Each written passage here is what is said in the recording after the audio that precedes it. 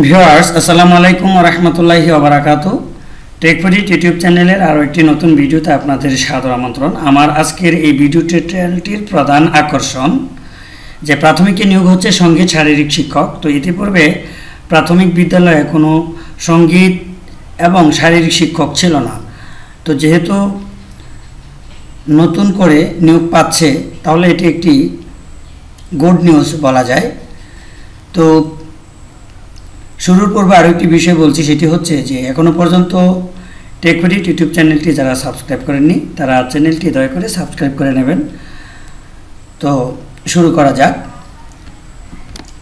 প্রাথমিক শিক্ষার সঙ্গীত ও শারীরিক শিক্ষক পদে ৫,১৬৬ শিক্ষক নিয়োগ দেবে সরকার। নিয়োগের বিষয়ে জনপ্রশাসন হয়ে অর্থ মন্ত্রণালয়ে অনুমোদনের পর প্রজ্ঞাপন প্রকাশ করছে প্রাথমিক ও গণশিক্ষা মন্ত্রণালয়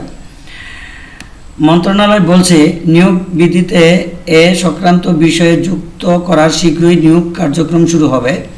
এছাড়া সরকারি চাকরিতে মেধার ভিত্তিতে 93% নিয়োগের বিষয়টি নিষ্পত্তি নিয়ে জনপ্রশাসন এবং প্রাথমিক ও গণশিক্ষা মন্ত্রণালয় কাজ করছে।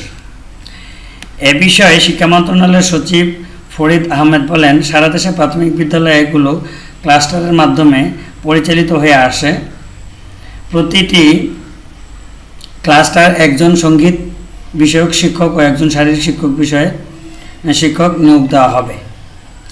তিনি জানান, জনপ্রশাসন মন্ত্রণালয় অর্থ মন্ত্রণালয় অনুমোদনের পর সম্প্রতি এ বিষয়ে প্রজ্ঞাপন জারি করা হয়েছে। খুব দ্রুতই আমরা নিয়োগ কার্যক্রম শুরু করব।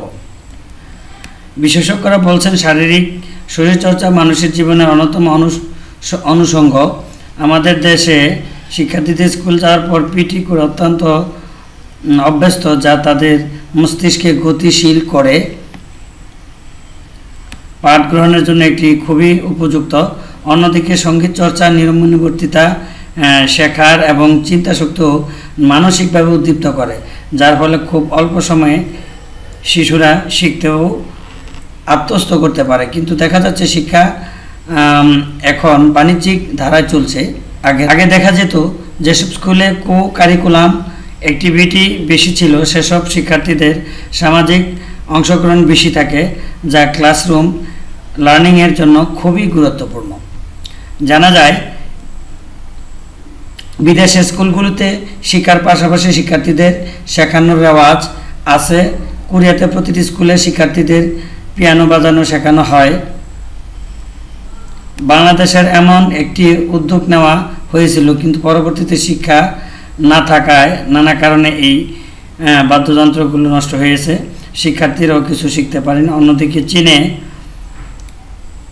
শিক্ষার্থীর শরীরচর্চা পাঠক্রমের একটি অবিচ্ছেদ্য অংশ।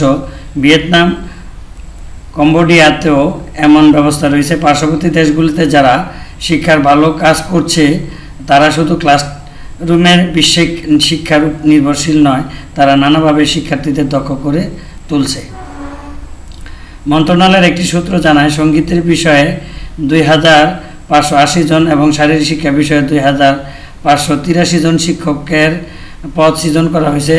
এর আগে গত 2 মে প্রশাসনিক উন্নয়ন সংক্রান্ত সচিব কমিটির 11তম সভার এসব প্রস্তাব অনুমোদন দেওয়া হয়। তার আগে সরকারি প্রাথমিক বিদ্যালয় সঙ্গীত ও শারীরিক শিক্ষা বিষয়ে ৫,১৬৬ নিয়োগ পদ সৃজন প্রস্তাবে সম্মতি দেয় জনপ্রশাসন মন্ত্রণালয়।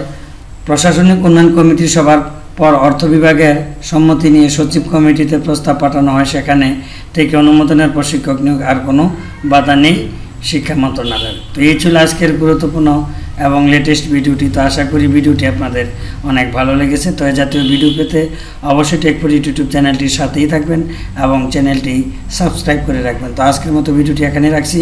আল্লাহ হাফেজ।